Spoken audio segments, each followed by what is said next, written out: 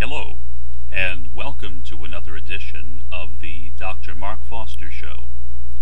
Today, I will address the issue of why there is no Illuminati. The concept of the Illuminati has become very popular these days, especially in places like YouTube and other video sharing sites.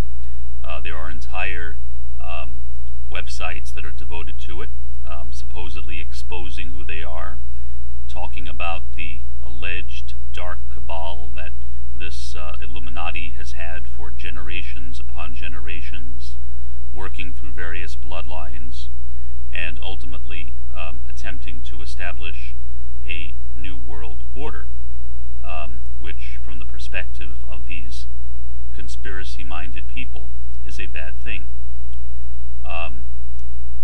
The Illuminati has a number of different historical sources, and what I intend to do now, and I will expand upon this in future broadcasts, is to first briefly discuss what those sources are of the Illuminati legend, and then explain the problems of the concept of the Illuminati from the standpoint of critical realism, which I've discussed in previous broadcasts.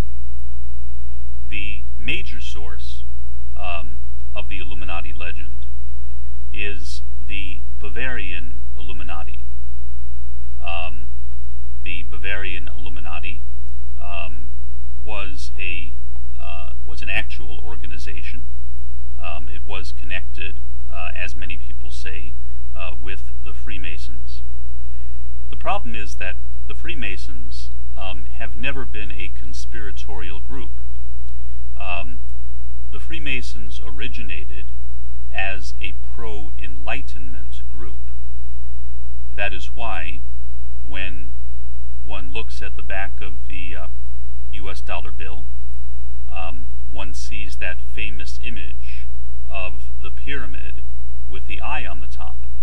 Well, that is an ancient symbol, but it was clearly used by the people who were the founding fathers of the United States, and by the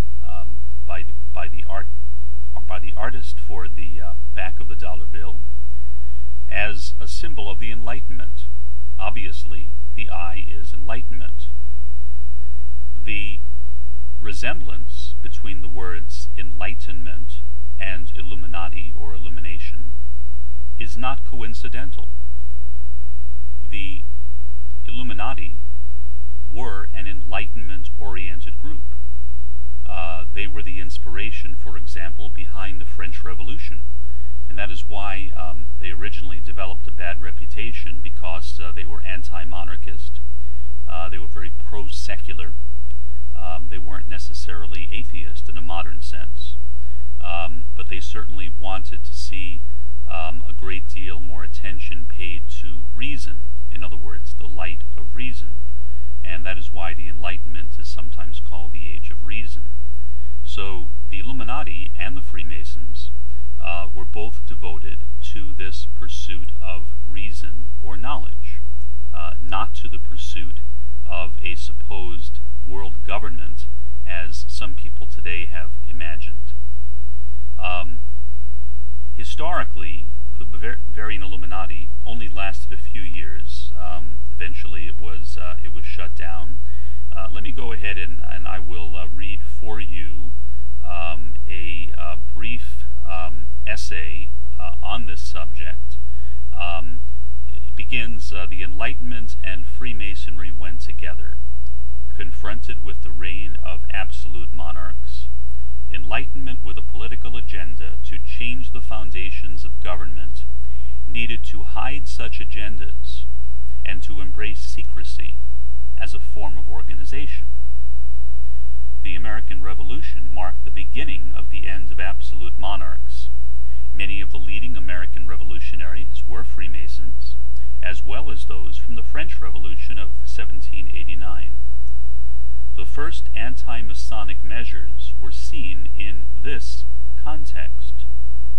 The most prominent case was the prohibition of the Illuminati in Bavaria in 1785. The elaboration of anti-Masonic conspiracy theories followed in the 1790s as a reaction to the French Revolution, notably by the French Catholic clergyman Augustin Barruel and his British follower John Robinson. By 1900, the foundations of the anti-Masonic ideology were firmly rooted in Europe. So, the Illuminati, the Bavarian Illuminati that is, was an 18th century organization, an extension of the Freemasons. It lasted for about 15 years, and it ended. There is no more modern Illuminati. Now, of course, there are some groups of pranksters and others who have taken the name for themselves for various reasons, sometimes humorous, sometimes serious. But in the sense of the Illuminati as it originally was formulated, it doesn't exist anymore. It has always struck me as a bit amusing, I suppose, that considering that the United States was established as an Enlightenment country, a country based upon the light of reason, that Americans, of all people, should have developed this anti-Illuminati way of thinking. In effect, what they are opposing is the Enlightenment. The Enlightenment is what gave us democracy. It's what gave us the movement of 18th and 19th century rationalism and idealism. And most people would, if they really knew, I think, what the Illuminati and the Enlightenment stood for, would identify very closely with it. In any event, that's the first source. The second source, which I already mentioned, was Augustin Barruel, and he was a French cleric. He had a Scottish disciple who was a physicist named John Robinson. They all lived in the late 18th and early 19th centuries. And again, that was the source of it, but that's basically why what they were opposed to. They were very pro-monarchist, and since the Illuminati was anti-monarchist, they opposed it. A third source is Theosophy. The Theosophical Society was established by Madame Helena Petrovna Blavatsky, or sometimes just known as HPB, among her disciples or followers. She had this notion of masters in the Himalayan mountains, and her view was that they were the secret masters who were the teachers of humanity. One of her students, Alice Ann Bailey, renamed these masters the hierarchy, or in some cases the Great White Brotherhood. And again, that was intended by both of these women as a positive idea, that these individuals, according to them, according to that kind of occultic lore that they held to, were the guardians of the planet, and they were responsible for the spiritual development of the planet. An additional source is anti-Semitism, and particularly the infamous anti-Semitic tract, the Protocols of the Elders of Zion. That particular document was literally plagiarized, as I said. It was taken from a novel and adopted from a novel, and then turned into an anti-Semitic document by a man by the name of Hermann Goethe. And it's a hoax. It always was a hoax. There is no global Jewish conspiracy to take over the world. My parents were Jewish, although I don't follow the religion, and I suppose if there were a conspiracy, that my parents would have known about it and would have told me about it. And in in that case, I'm entirely ignorant of it. Obviously, I'm being a bit facetious, but there are some people who take that idea very seriously, that the Illuminati is dominated by Jews, and in particular by Jewish bankers. It's very unfortunate. It shows that we really have not overcome the long history that we've had in the Western world with anti-Semitism, with ethnicism, racism, and similar types of bigotry and prejudice. And we're still struggling with that kind of thing. I remember before the 2012 Olympics, some people argued that the symbol of the Olympics spelled out the word Zion. And clearly, when I first looked at it, I thought it obviously it shows 2012, but it looked to me as if it were two people facing each other shaking hands. And then when I read that somebody had come up with this idea that it was a reference to Zion, I looked at it and I said, well, yeah. So I suppose it's a bit like a Rorschach test or an inkblot test. We project on things what we want them to look like. Another source is the Hollow Earth legend.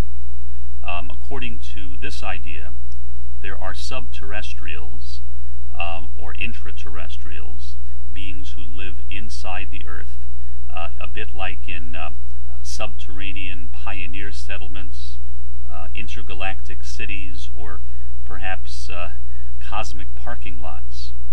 Some people have said that these entities are especially in the area around Antarctica. This is an old legend. It originated back in 1818 with U.S. Army Captain John Cleves Sims, and it has recently been resurrected again by various other individuals. There is no historical or scientific basis to this idea of an underground city. Now here I will read a statement here so you can see how the concept of a subterranean city was also connected with World War II Nazism. A lot of German terminology is in here. This is supposedly a message that was delivered by these underground beings to Admiral Richard Byrd during his alleged journey to this subterranean civilization. We have let you enter here because you are of noble character and well known on the surface world, Admiral. You are in the domain of the Aryani. Note the term Aryan. So he has entered the world of the Aryans, the inner worlds of the earth. We shall not long delay your mission, and you will be safely escorted back to the surface and for a distance beyond. But now, Admiral, I shall tell you why you have been summoned here. Our interest rightly begins just after your race exploded the first atomic bombs over Hiroshima and Nagasaki, Japan. It was at that alarming time we sent our flying machines, the Flugelrods. That is a German word, means wing wheel, and it is a term used in German for a flying saucer, to your surface world to investigate what your race had done. That is, of course, past history now, my dear Admiral, but I must continue on. And that's basically where it goes, the direction it goes in. So, in effect, it is a legend that was later expanded upon to include a lot of the World War II Nazi conspiracy theories. Another source of the Illuminati is libertarianism. Libertarianism is widely popular these days, especially with a lot of young people. During the attempt by Ron Paul to become President of the United States over the last few elections, Ron Paul got quite a few followers or adherents, people who agreed with his libertarian ideas, kind of radical individualism, radical constitutionalism. Of course, like anybody else, people who call themselves libertarians are very selective on what parts of the Constitution they accept. For example, when the Constitution says all men are created equal, it originally meant literally men, not women, and white men, not black men. So that part of it is conveniently forgotten. In other words, nobody is a true constitutionalist. Everyone picks and chooses. So the idea that we can go back to the original intent of a document that was written over 200 years ago is absurd. But some people believe it. So those are the major sources, I think, of the Illuminati legend. And let me point out what I see as, aside from the absurdity of the idea that there is this secret cabal that practices these occult rituals and is planning to take over the world and establish a new world order, and aside from the absurdity of all of those fantastic sorts of ideas that have crept into various constructions of this Illuminati boogeyman, what the Illuminati legend does is it results in a tremendous amount of disempowerment.